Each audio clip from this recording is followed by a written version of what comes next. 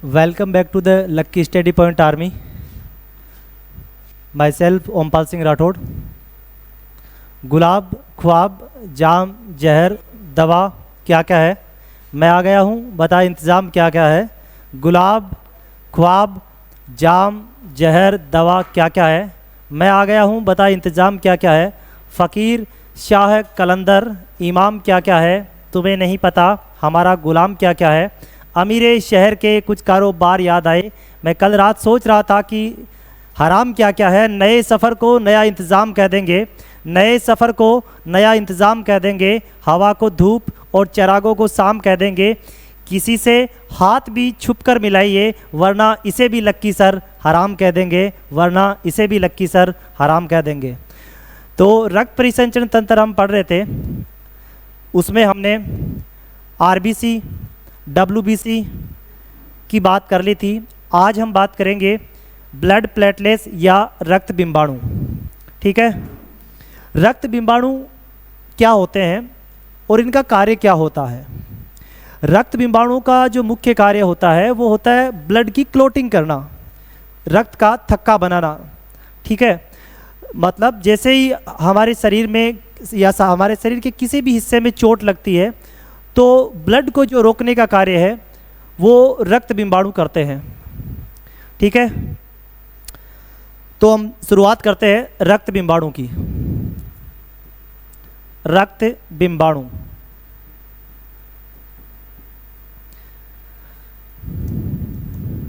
Short में इसे कहा जाता है ब्लड प्लेटलेट्स या बीपी, ब्लड प्लेटलेट्स. यदि हम रक्त बिंबाणु की यदि हम बात करें संख्या की, तो इनकी मात्रा 1 mm ब्लड क्यूब में, 1 mm क्यूब ब्लड में या रक्त में 1.5 लाख से 4.5 लाख होती है.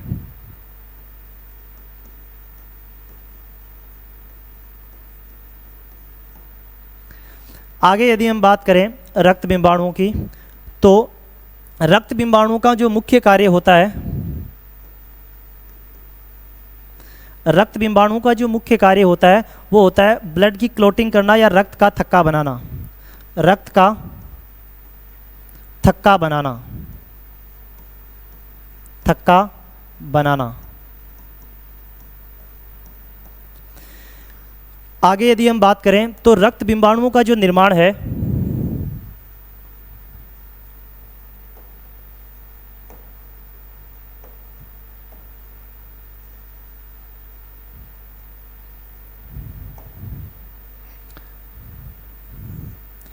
रक्त बिंबाणुओं का निर्माण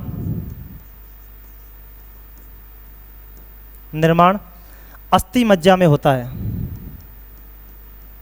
अस्थि मज्जा में होता है. अस्थि मज्जा को हम इंग्लिश में बोन मेरो भी कहते हैं, बोन मेरो. ये अस्थि मज्जा या बोन मेरो क्या होती है?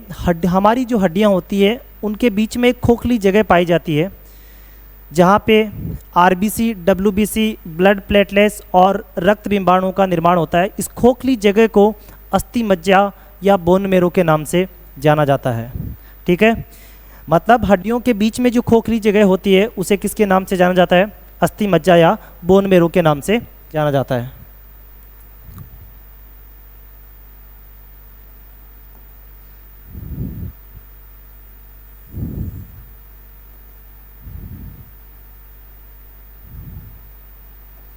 यदि हमारे शरीर में रक्त बिंबाणुओं की संख्या में कमी आ जाती है तो क्या होता है? यदि हमारे शरीर में रक्त बिंबाणुओं की संख्या में कमी आती है तो हम कार्य करने में असक्षम हो जाते हैं और हमारा जो शरीर है वो कार्य करने में असक्षम हो जाता है. कैसे?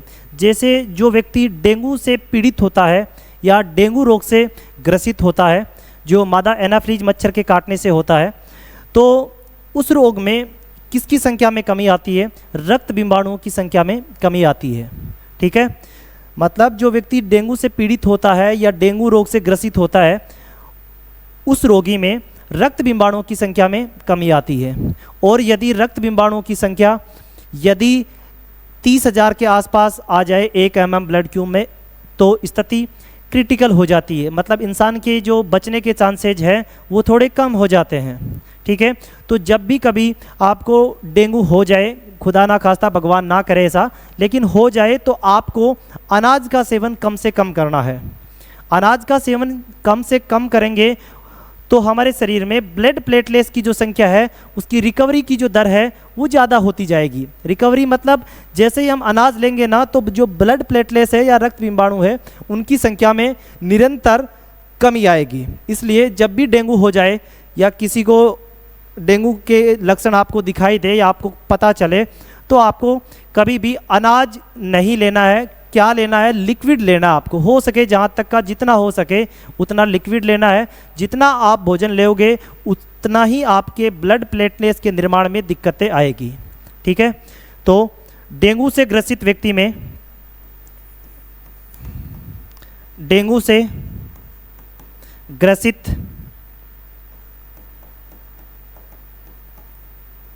व्यक्ति में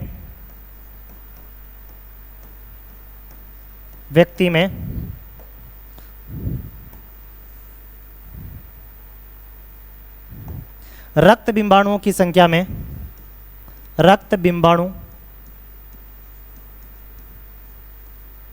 बिंबाणुओं की संख्या में कमी आती है।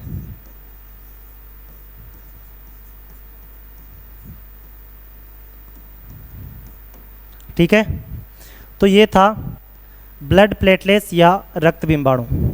ठीक है, रक्त बिंबाणु की संख्या की यदि हम बात करें तो 1 mm ब्लड क्यूब में इसकी मात्रा होती है 1.5 लाख से 1.4 लाख। ठीक है, उसके बाद में यदि हम बात करें तो रक्त बिंबाणु का जो निर्माण है वो अस्थि मज्जा या बोन मेरो में होता है। ठीक है, उसके बाद में यदि हम बात करें तो जो डेंगू जो रोग होता है उससे ग्रसित व्यक्ति में रक्त बिंबाणुओं की संख्या में कमी आती है। ठीक है,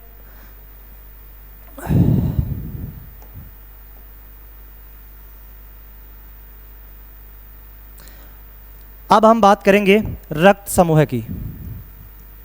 रक्त समूह,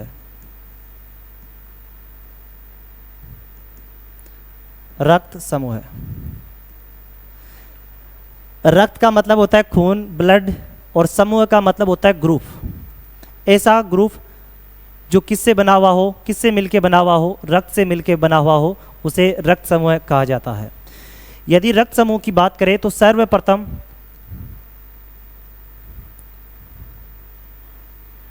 रक्त समूह के बारे में बताने वाले जो विद्वान थे वो थे कॉर्ल लैंडस्टीनर। कॉर्ल लैंडस्टीनर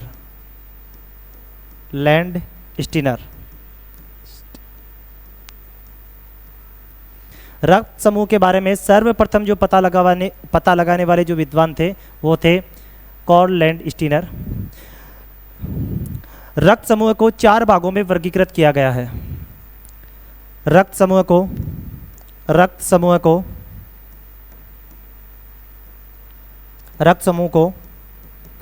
4 भागों में वर्गीकृत किया गया है।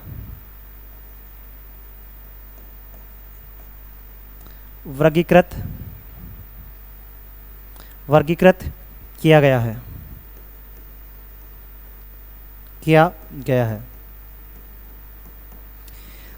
क्या है? ऐसे समझो जैसे मान लो एक व्यक्ति है जिसके 4 बेटे हैं। कितने बेटे हैं? 4 बेटे हैं। उनके अलग अलग नाम है, जैसे राम है, श्याम है, राधे है, मोहन है। उसी हिसाब से रक्त जो समूह है, रक्त है, उसको 4 भागों में वर्गीकृत किया गया है। कौन कौन से? जैसे ए बी और ओ। ठीक है, अब ये नाम दिए हुए हैं। ठीक है, आगे यदि हम बात करें तो सर्वप्रथम रक्त समूह को जो खोजा गया था वो कॉर्ल लैंडस्टीनर ने खोजा था। इस समय इन्होंने 1900 ईस्वी में लैंडस्टीनर ने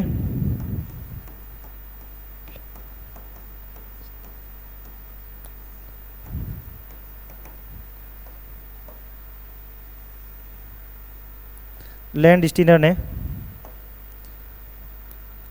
ए बी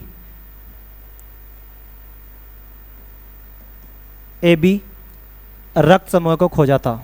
रक्त समूह को खोजा था।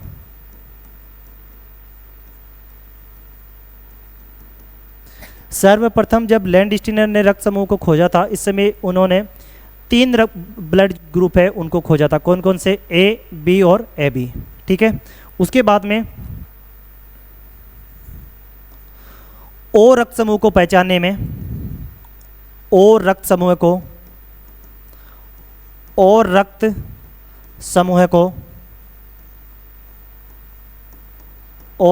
को पहचानने में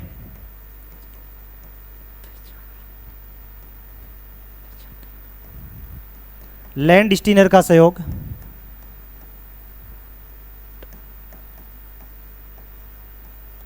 लैंड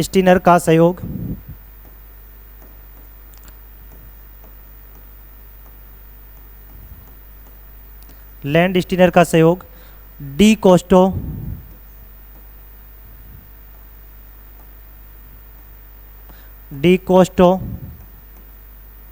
व स्टूरली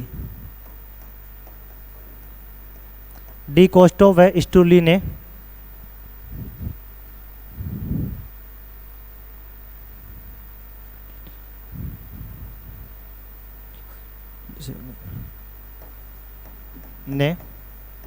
किया। ठीक है। तो ओ रक्त समूह को जो खोजा गया था, उसकी खोज में जो सहयोग रहा था वो लैंड स्टीनर के साथ साथ में डी कोस्टो व स्टूरली का भी रहा था। ठीक है। आगे यदि हम बात करें तो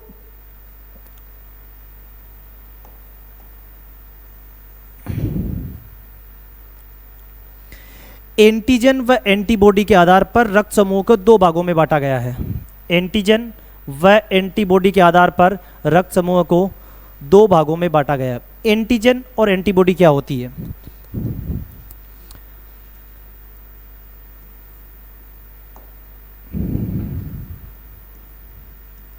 एंटीजन जिसे हिंदी में प्रतिजन कहा जाता है। एंटीजन व एंटीबॉडी के आधार पर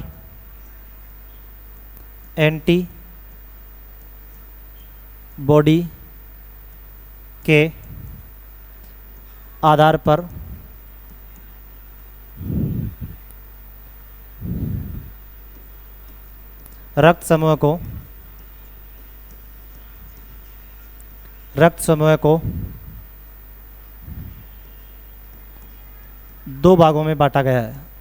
2 भागों में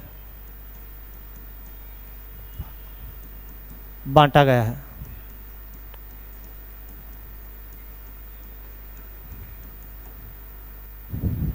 एंटीजन क्या होता है? एंटीजन वे अणु होते हैं जो हमारे शरीर के अंतर्गत ऐसी एनर्जी डेवलपमेंट करने का कार्य करते हैं जो बाहर से आए हुए बैक्टीरिया और वायरस को पहचान करके उन्हें नष्ट करने का काम करते हैं। कुल मिला के बात यह है कि एंटीजन वो सिस्टम है जो बाहर से जो भी बैक्टीरिया वायरस आएगा उसको पहचान करके नष्ट करने का काम करेगा। ठीक है। तो एंटीजन किसे कहते हैं? वे अणु जो बाहर से आए हुए बैक्टीरिया और वायरस को पहचान करके उन्हें नष्ट करने का कार्य करते हैं, एंटीजन या प्रतिजन कहलाते हैं। ठीक है। उसके बाद में एंटीबॉडी क्या होती है कि एंटीबॉडी एक ऐसा सिस्टम है जो हमारे ही शरीर के अंतर्गत रोगों से लड़ने की क्षमता उत्पन्न करने का कार्य करते हैं, वो एंटीबॉडीज कहलाते हैं। मतलब हमारे शरीर के अंतर्गत ऐसा इम्यून सिस्टम डेवलप करने का कार्य करते हैं जो रोगों से लड़ने की क्षमता उत्पन्न करते हैं। ठीक है। सबसे पहले हम बात करते हैं एंटीजन।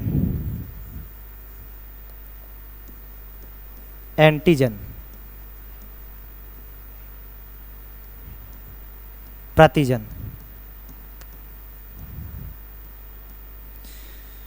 एंटीजन क्या होते हैं?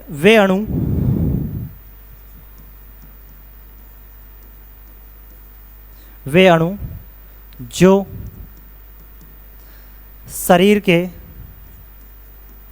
शरीर में बाहर से आए हुए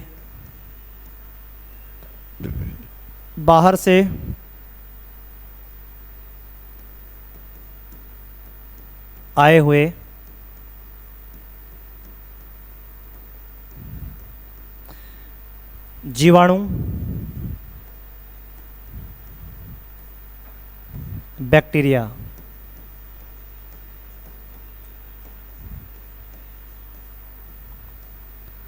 विषाणु,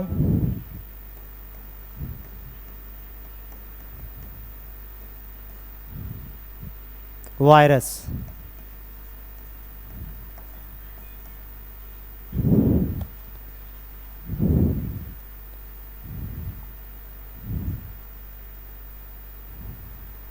को पहचान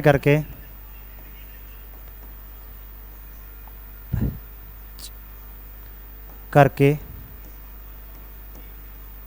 उन्हें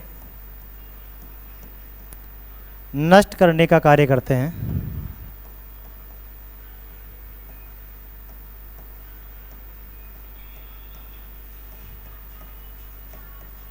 नष्ट करने का कार्य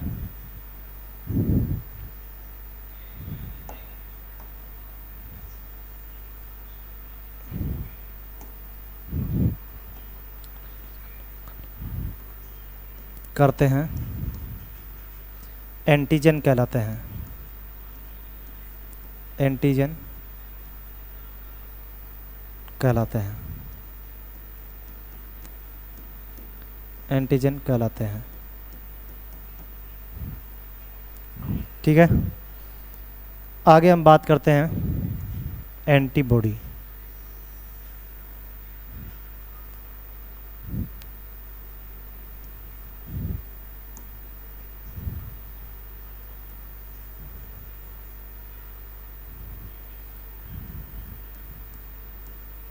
एंटीबॉडी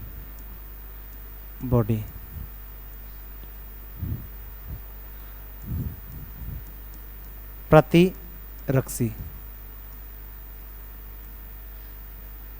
या इसे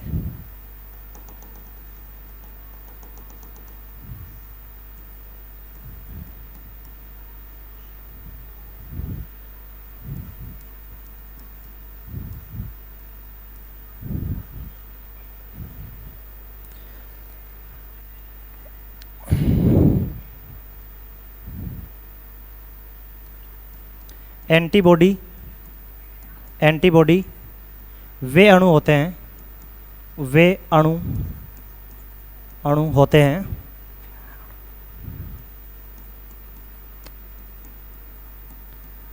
जो हमारे शरीर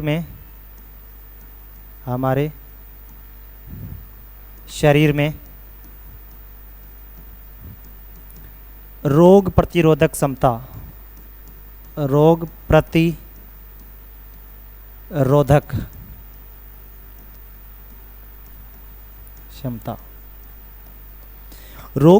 क्षमता क्या होती है? रोगों से लड़ने की क्षमता। ऐसा सिस्टम जो रोगों से लड़ने का कार्य करता है वो रोग प्रतिरोधक क्षमता या इम्यून सिस्टम कहलाता है। मतलब वे अणु जो हमारे शरीर के अंतर्गत ऐसा सिस्टम तैयार कर देते हैं जो जैसे भी हमारे शरीर में कुछ बीमारी वगैरह या कुछ भी डेवलप होता है तो उसको नष्ट करने का कार्य करते हैं। ठीक है, तो रोग प्रतिरोधक क्षमता का अर्थ होता है रोगों से लड़ने की क्षमता। रोगों से लड़ने की क्षमता उत्पन्न करने का जो कार्य करते हैं वो कौन करते हैं? एंटीबॉडीज़ करते हैं। ठीक है, रोग प्रतिरोधक क्षमता का अर्थ होता है रोगों से लड़ने की क्षमता। रोगों से लड़ने की क्षमता।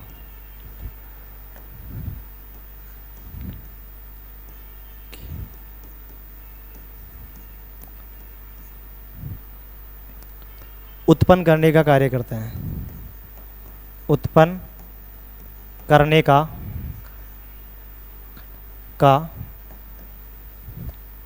कार्य करते हैं।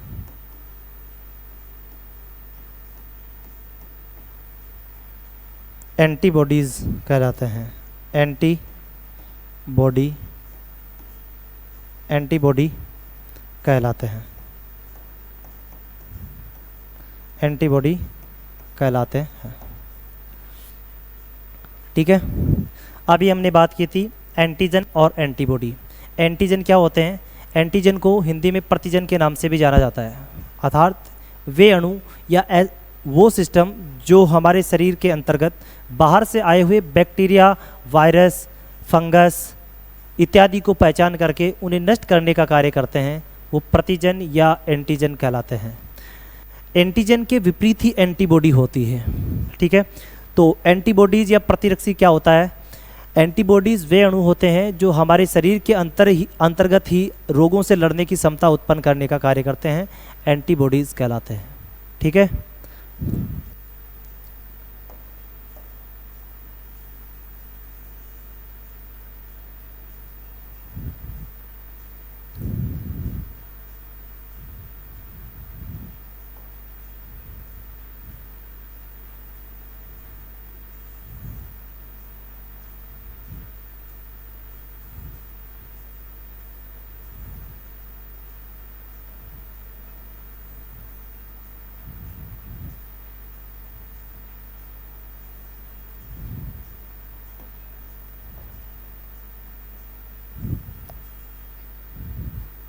रक्त समूह है।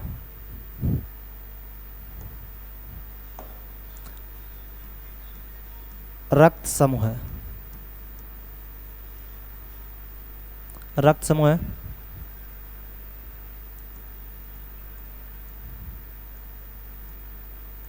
Antigen, antibody.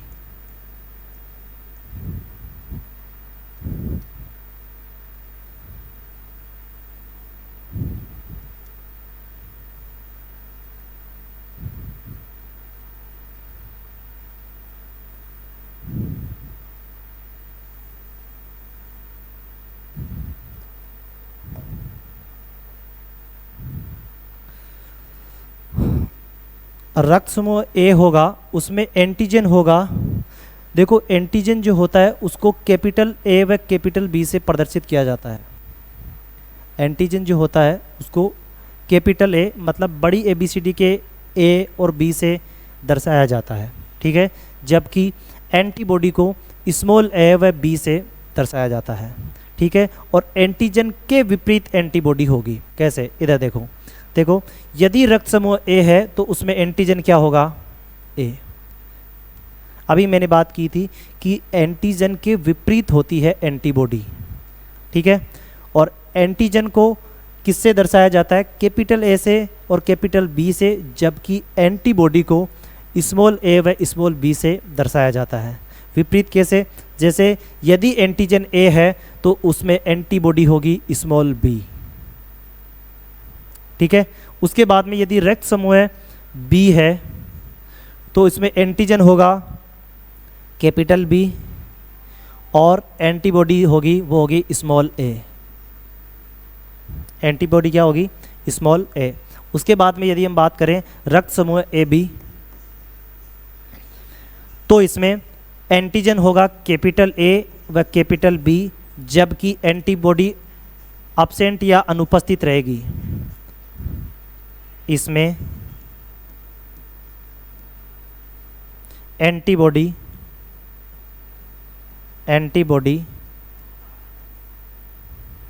नहीं पाई जाती, नहीं पाई जाती, पाई जाती है।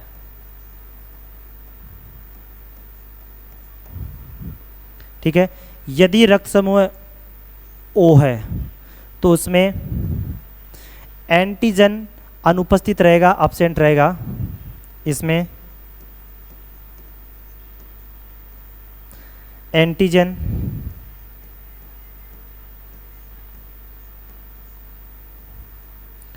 अनुपस्थित रहता है या एंटीजन नहीं पाया जाता है, नहीं पाया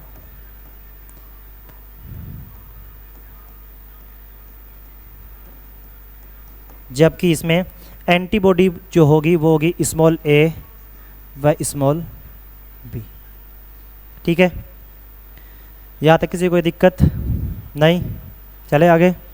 देखो अभी हमने बात की थी जो रक्त समूह है उसको एंटीजन और एंटीबॉडी के आधार पर दो भागों में बांटा गया है। कितने भागों में बांटा गया है? दो भागों में। जैसे मान लो रक्त समूह ए है तो उसमें एंटीजन क्या होगा? स्मॉल ए, जबकि एंटीबॉडी जो होगी वो होगी स्मॉल बी। उसके बाद में रक्त समूह यदि बी है तो एंटीजन होगा इसमें बी कैपिटल और एंटीबॉडी जो होगी वो होगी स्मॉल ए।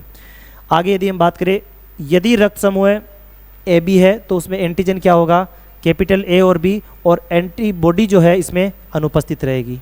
उसके बाद में यदि हम बात करें रक्त समूह ओ, तो इसमें एंटीजन अनुपस्थित रहता है या अब्सेंट रहता है या नहीं पाया जाता है, जबकि इसमें एंटीबॉडी जो होगी वो होगी स्मॉल ए और स्मॉल बी। ठीक है, अब देखो हम बात करते हैं एंटीजन और एंटीबॉडी की।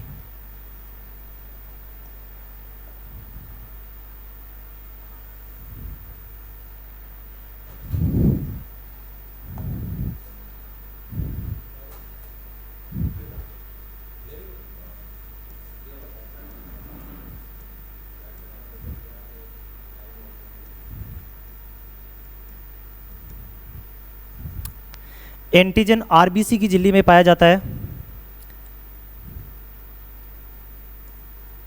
Antigen RBC red blood corpuscles या लाल रक्त कणिकाएं या एरिथ्रोसाइट इत्यादि नामों से आरबीसी को जाना जाता है। ठीक है, आरबीसी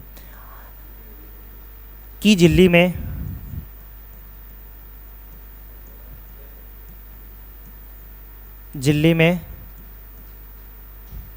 पाया जाता है।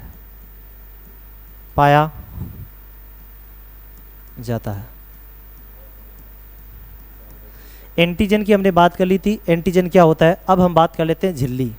झिल्ली क्या होती है? यदि मैं कम से कम शब्दों में बात करूं या अपने ही शब्दों में बात करूं तो झिल्ली का अर्थ होता है थैली या पन्नी। ऐसी पन्नी जिसमें क्या हो? आरबीसी हो। ठीक है, तो मतलब आरबीसी की झिल्ली में क्या पाया जाता है? एंटीजन पाया जाता है। ठीक है, आगे यदि हम बात करें तो एंटीजन को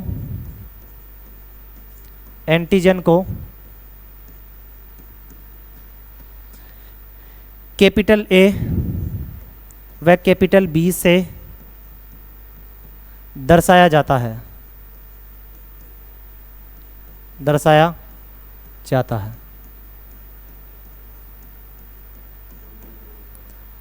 आगे यदि हम बात करें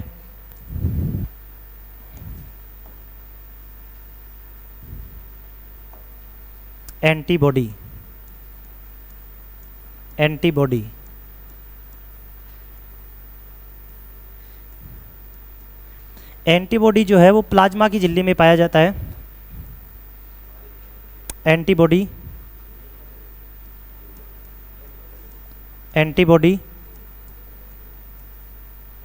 को स्मॉल ए व स्मॉल बी से दर्शाया जाता है।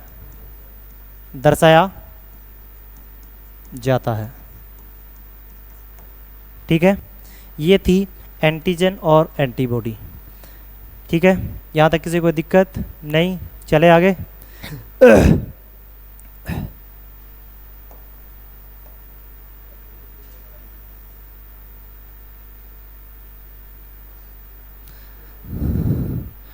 अब हम बात करते हैं रक्त समूह में कौन सा जो रक्त समूह है वो सर्वग्राही है और कौन सा जो रक्त समूह है वो है सर्वदाता। ठीक है,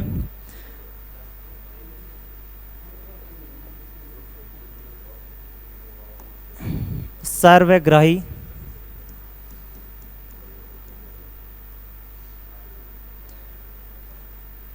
रक्त समूह है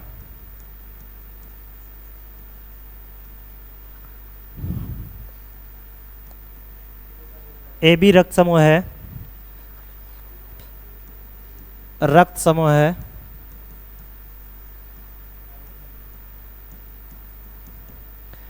सर्वग्राही का अर्थ होता है सबसे लेने वाला, मतलब जो ए बी है वो सबसे ले सकता है, इसलिए इसे सर्वग्राही रक्त समूह कहा जाता है।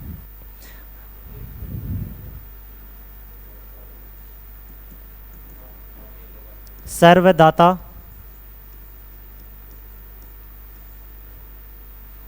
रक्त समूह है।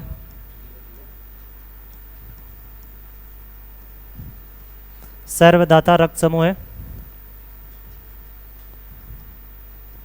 ओ रक्त समूह को कहा जाता है। ओ रक्त समूह को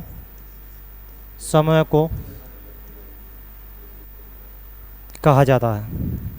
कहा जाता है।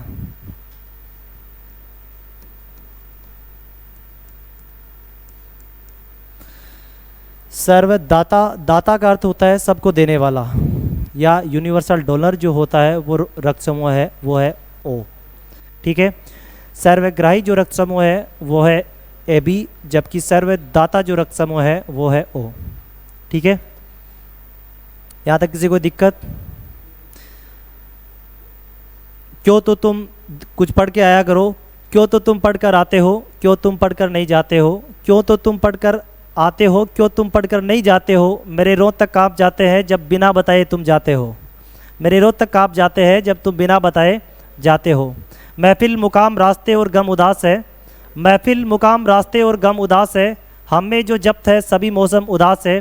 किस किस से पूछिएगा ये बेहद सवाल अब, किस किस से पूछिएगा ये बेहद सवाल अब। सभी उदास है या फ़कत हम ही उदास है। Okay, all the best and good day.